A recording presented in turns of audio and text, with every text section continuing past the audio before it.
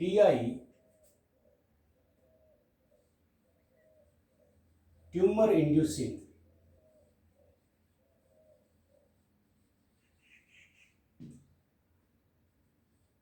अर्बुदकारी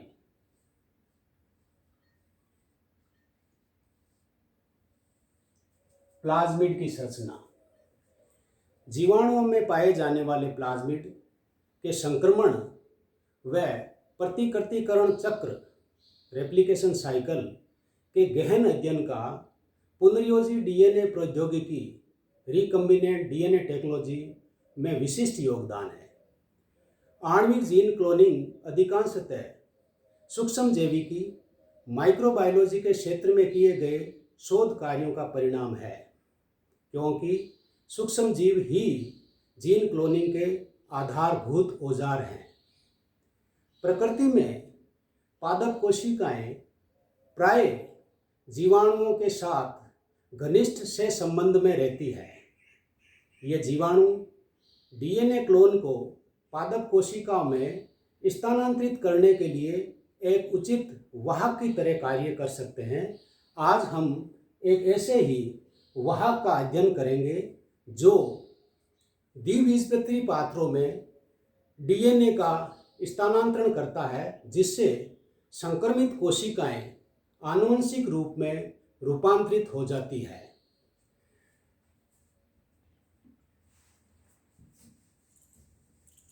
agrobacterium ट्यूमिफेसिएंस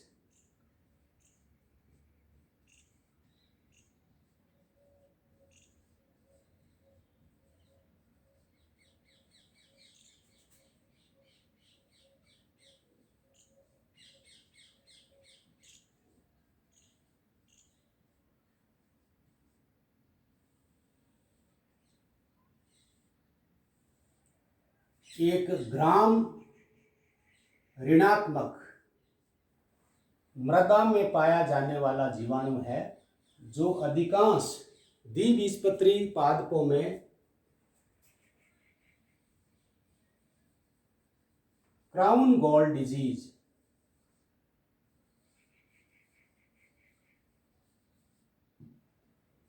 किरीट पिटिका रोग उत्पन्न करता है। इस रोग की आणविक जैविकी मॉलिक्यूलर बायोलॉजी से ज्ञात होता है कि यह रोग जीवाणु कोशिका से एक डीएनए खंड के पादप कोशिका में स्थानांतरण के कारण होता है। इस डीएनए खंड को टीडीएनए, ट्रांसफर डीएनए, स्थानांतरण डीएनए कहते हैं, जो एक टीआई प्लाज्मिड का भाग है। ये टीआई प्लाज्मिड एग्रोबैक्टीरियम ट्यूमिफेसेंस के वायरुलेंट स्ट्रेन तीव्रता प्रजातियों में पाया जाता है। ये जीवाणु पादप को खुले घाव या क्षतिग्रस्त ऊतकों के माध्यम से संक्रमित करता है। संक्रमण के पश्चात ये पादपों में अर्बुद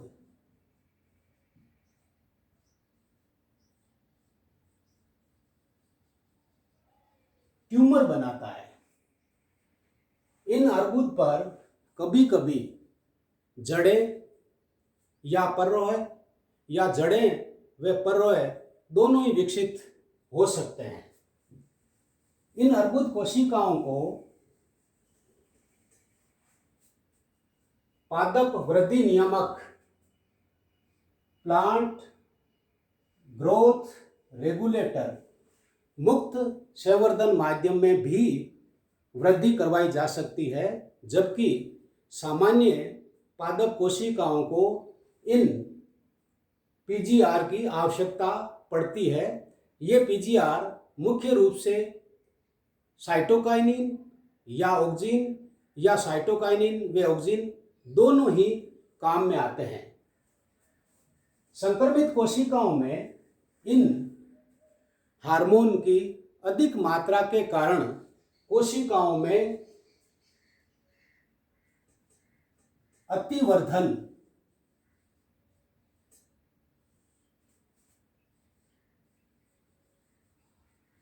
हाइपरप्लाजिया व अतिवृद्धि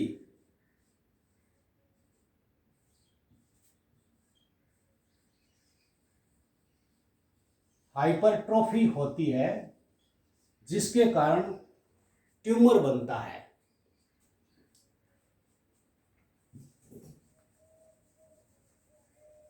अर्थात ट्यूमर बनने का सबसे प्रमुख कारण ऑक्सिन या साइटोकाइनिन या ऑक्सिन में साइटोकाइनिन दोनों की मात्रा का संक्रमित कोशिकाओं में अधिक पाया जाना है, क्योंकि इन हार्मोन का संश्लेषण पादप कोशिकाएं तो करती है, साथ में जो डीएनए टीआई प्लाज्मिड से स्थानांतरित होकर पादप के जीनोम के साथ समाकलित होता है, वे भी इन हार्मोन का संश्लेषण करता है। इस कारण इन हार्मोन का अति उत्पादन हो जाता है। टीआई प्लाज्मिड एक कॉन्जुगेटिव मेगा प्लाज्मिड है, अर्थात संयुग्मित वृत्तीय प्लाज्मिड है, जिसमें लगभग 200 किलो बेस डीएनए पाया जाता है। इस टीआई प्लाज्मिड में दो विशिष्ट लक्षण होते हैं। इस टीआई प्लाज्मिड में कुछ ऐसे जीन होते हैं जिनकी रेगुलेटरी सीक्वेंस नियमन अनुक्रम का अभिज्ञान रिकॉग्निशन केवल पादप कोशिका में ही होता है। इस कारण ये जीन अपनी अभिव्यक्ति केवल पादप कोशिकाओं में ही दे पाते हैं तथा अन्य जीन की अभिव्यक्ति जीवाणु कोशिका में होती है। दूसरा सबसे महत्वपूर्ण लक्षण इस टीआई प्लाज्मिड का है कि इसमें एक विशेष प्रकार का डीएनए टी डीएनए पाया जाता है। ये टी डीएनए जीवाणु कोशिका से पादप कोशिका में स्थानांतरित कर दिया जाता है। ये संक्रमित कोशिकाएं आनुवंशिक रूप में रूपांतरित जेनेटिकली मॉडिफाइड हो जाती है और इनमें अनियंत्रित cell division, uncontrolled cell division, अनियंत्रित कोशिका विभाजन होता है, जिसके कारण इन कोशिकाओं में अतिवृद्धि व अतिवर्धन होने से अर्बुद या ट्यूमर बनता है। यही लक्षण एग्रोबैक्टीरियम जीवाणु को नेचुरल जेनेटिक इंजीनियर प्राकृतिक आनुवंशिक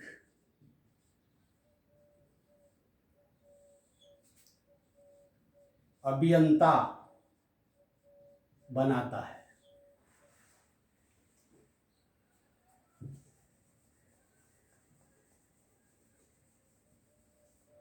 टीआई प्लाज्मिड में सामान्यतः 4 भाग होते हैं, ए, बी, सी एवं डी।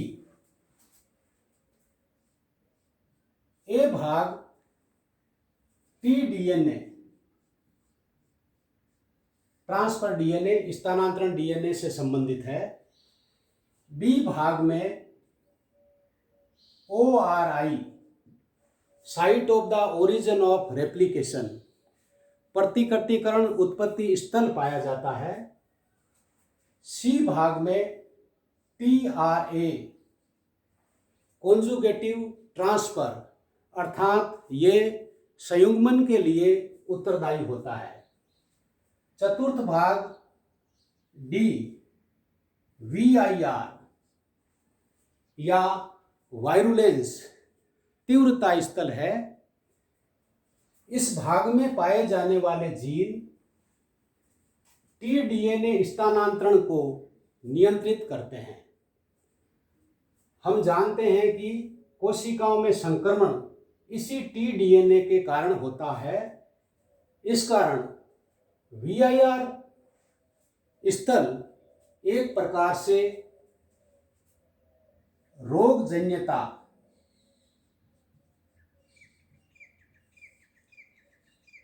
पैथोजेनिसिटी अर्थात रोग फैलाने का कार्य करता है।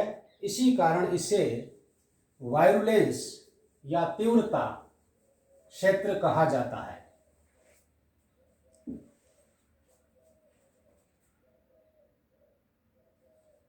ए भाग में उपस्थित टीडीएनए में दो क्षेत्र होते हैं, ओएनसी व NOS.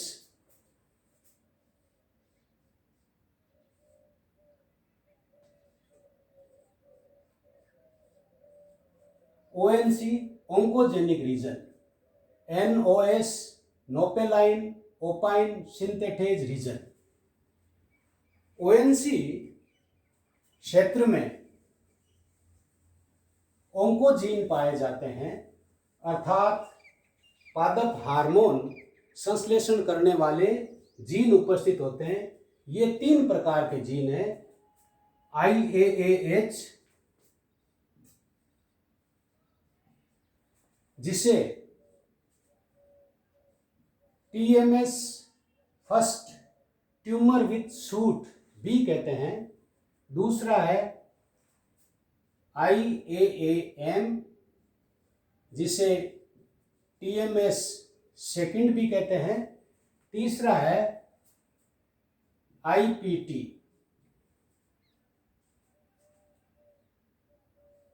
TMR tumour with root. IAM gene उन एंजाइम का संश्लेषण करता है जो ट्रिप्टोफान अमीनो अम्ल को इंडोल 3 एसिटामाइड IAM में बदल देता है। ये IAM IAAH जीन के उत्पाद एंजाइम की उपस्थिति में इंडोल 3 एसिटिक एसिड IAA में बदल जाता है, जो एक प्रकार का ऑक्सीन है। इसी प्रकार IPT जीन से उन एंजाइम का संश्लेषण होता है जो जिएटीन के समान साइटोकाइनिन आइसोपेंटेनाइल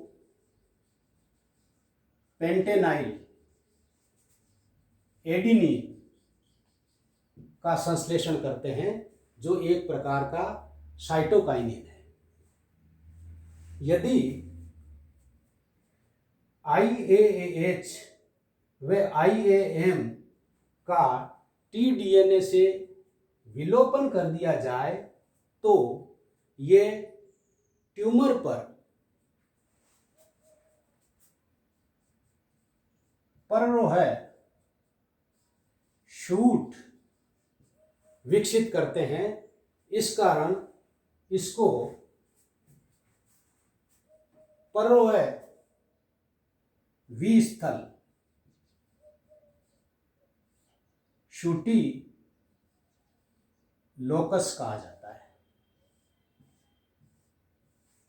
इसी प्रकार IPT जीन का विलोपन कर दिया जाए तो ट्यूमर पर मूल रूट विकसित हो जाती है। इस कारण इसे मूल विस्थल या रूटी लोकस कहा जाता है। यदि इन तीनों ही जीन का विलोपन कर दिया जाए तो ट्यूमर नहीं बनता है। यदि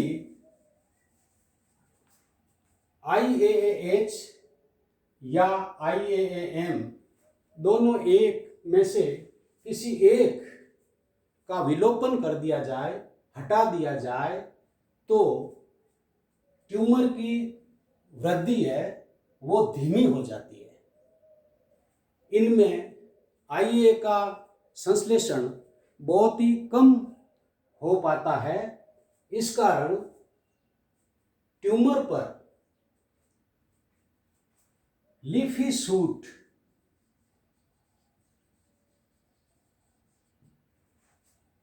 पत्तियों सहित पर्रोह के साथ कुछ जड़ें या जड़ें नहीं बनती है। ये बिंदु सबसे ध्यान में रखने वाला है कि IAH या IAM दोनों में से किसी एक जीन का विलोपन कर दिया जाए तो ट्यूमर की वृद्धि है वो धीमी हो जाती है तथा IA का संश्लेषण कम हो जाता है तथा ट्यूमर या पिट्टिका पर लीफी शूट पत्तियों सहित पर्रोह बनता है, जिसमें कुछ जड़ें बन सकती है या फिर जड़ों का अभाव होता है। इन जीन के अलावा tDNA में एक और जीन होता है TML, लार्ज ट्यूमर। यदि इस जीन को हटा दिया जाए तो ये वृत्त ट्यूमर अबूर्त बनाते हैं। tDNA के दोनों सिरों पर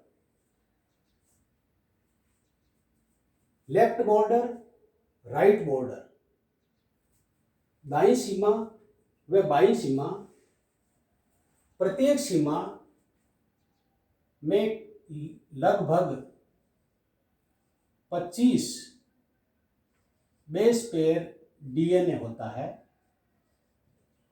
इसमें DNA का रिपीटेड सीक्वेंस, पुनरावर्ती अनुक्रम पाया जाता है।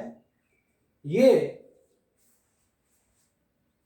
दाईं व बाईं सीमा tDNA स्थानांतरण में विशेष भूमिका निभाती है।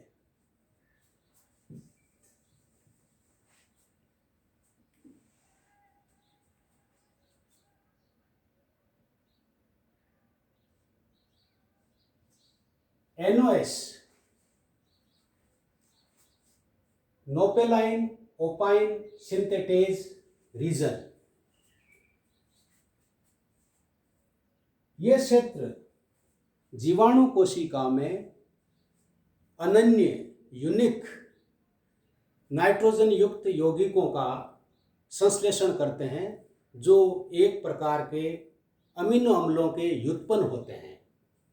इन्हें ओपाइन कहा जाता है। ये ओपाइन दो प्रकार के होते हैं, ओक्टोपाइन व नोपालाइन।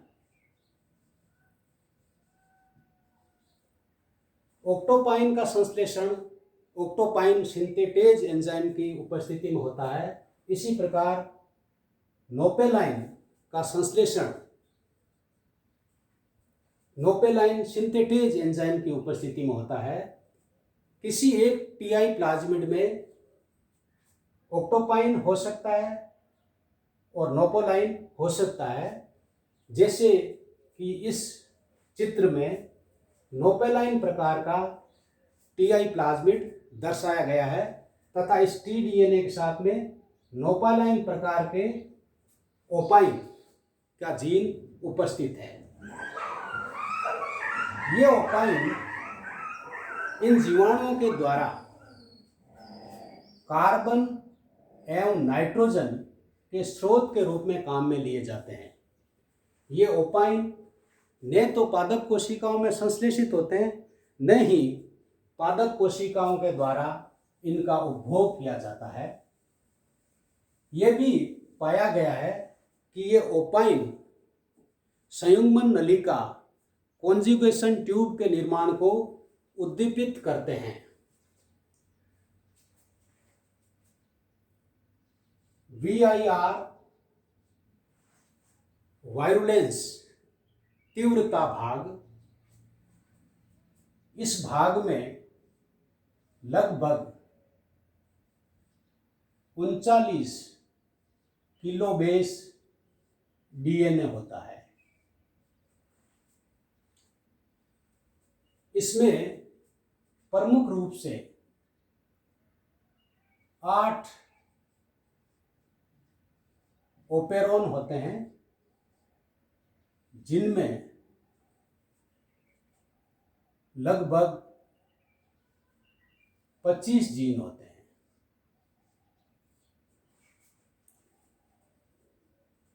इस क्षेत्र का मुख्य कार्य tDNA के स्थानांतरण का नियमन करना है।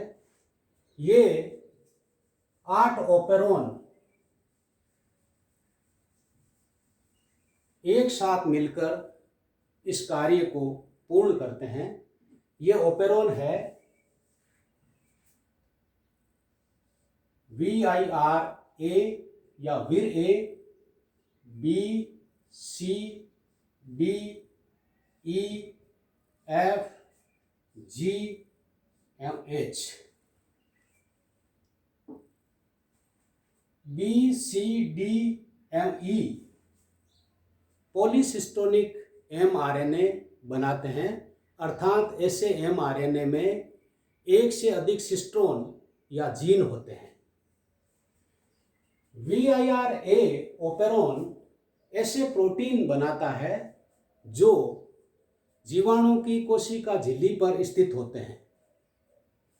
ये प्रोटीन पादप पर उपस्थित खुले घाव या क्षतिग्रस्त ऊतकों से स्रावित होने वाले फिनोलिक यौगिक एसिटोसिरिंगोन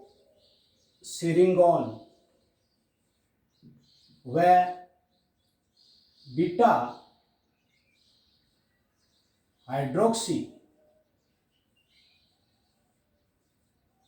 एसिटोसिरिंगोन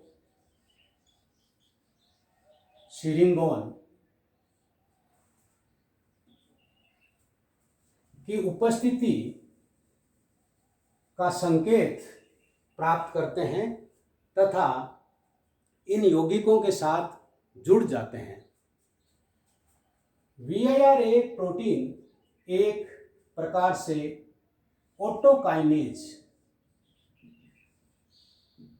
एंजाइम की तरह कार्य करती है। हम जानते हैं कि काइनेज एंजाइम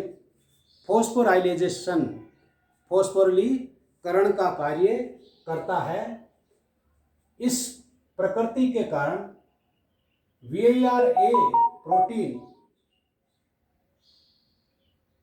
फॉस्फोरिलीकृत हो जाती है, अर्थात इसमें फॉस्फोट ग्रुप जुड़ जाता है। ये फॉस्फोरिलीकृत A प्रोटीन VIR-G को फिनोलिक यौगिक की उपस्थिति का संकेत या सिग्नल देती है तथा इस VIR-G प्रोटीन को भी ये फॉस्फोराइलेटेड कर देती है। ये फॉस्फोरिलीकृत G प्रोटीन द्वितीय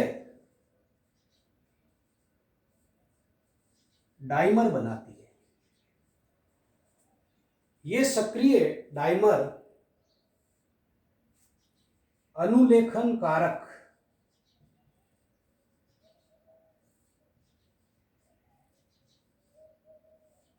ट्रांसक्रिप्शन फैक्टर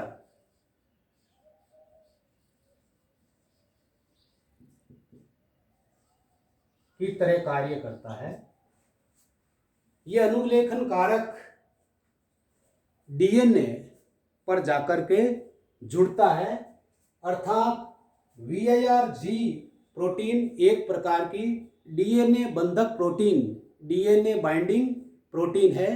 इस प्रोटीन के डीएनए पर जुड़ने से सभी ओपेरॉन सक्रिय हो जाते हैं।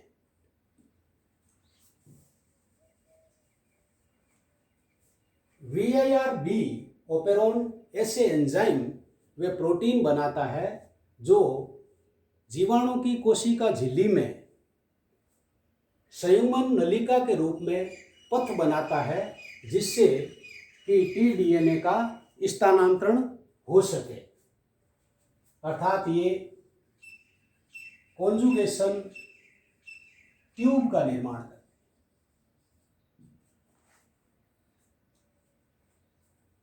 VRC से हेलिकेज एंजाइम बनता है जो tDNA को अकुंडलित कर देता है, जिससे कि इनकी दोनों श्रृंखलाएं अलग अलग हो जाती है। VIRD में D1 प्रोटीन टोपोआइसोमरेज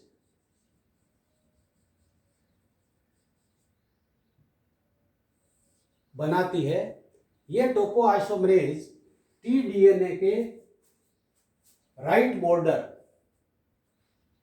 दाईं सीमा पर आकर के जुड़ता है तथा tDNA के परम कुंडलन या महाकुंडलन सुपर कोइलिंग से मुक्त कर देता है। एक और D2 प्रोटीन, ये प्रोटीन एंडोन्यूक्लियस की तरह कार्य करती है।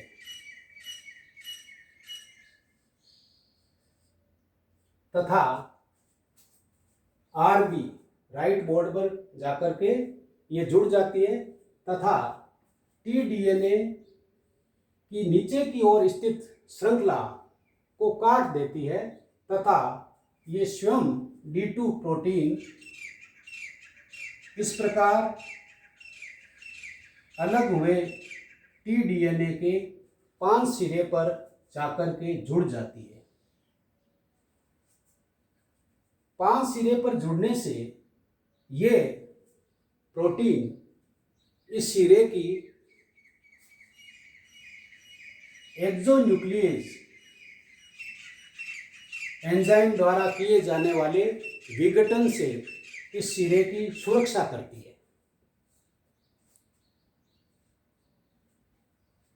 VIRF ओपेरॉन से ऐसे प्रोटीन संश्लेषित होते हैं जो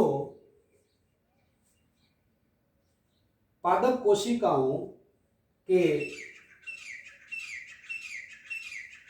डिफेंस रेस्पॉन्स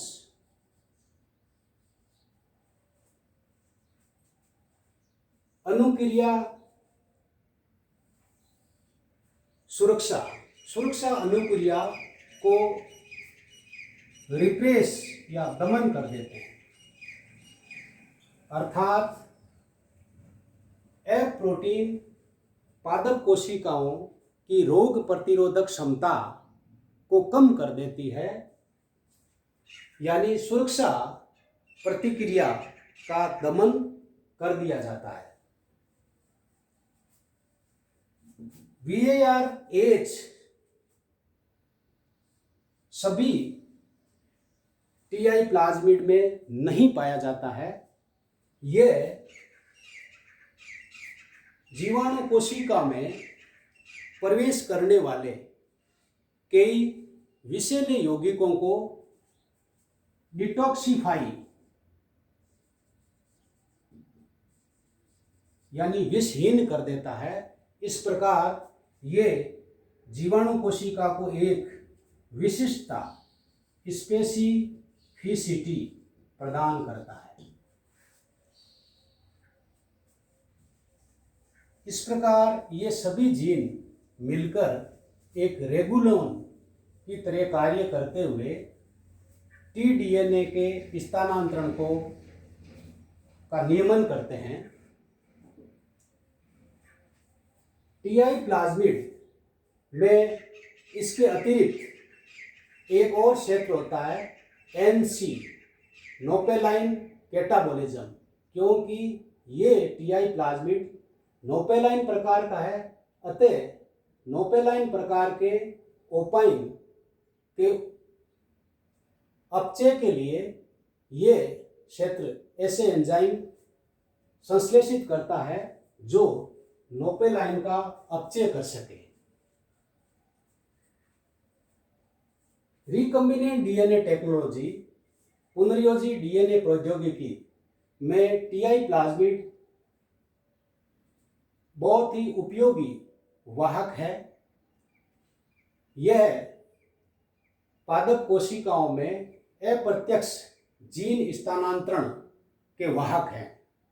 यदि किसी वांछित जीन या डीएनए के खंड को LBRB यानी दाईं व बाईं सीमा के बीच जोड़ दिया जाए तो ये टीडीएनए के समान ही पादप कोशिका में स्थानांतरित किया जा सकता है, जिससे पादप कोशिकाएं आनुवंशिक रूप में रूपांतरित, जेनेटिकली मॉडिफाइड हो जाती है और इन कोशिकाओं से पराजेनी पादप, ट्रांसजेनिक प्लांट्स बनाए जाते हैं।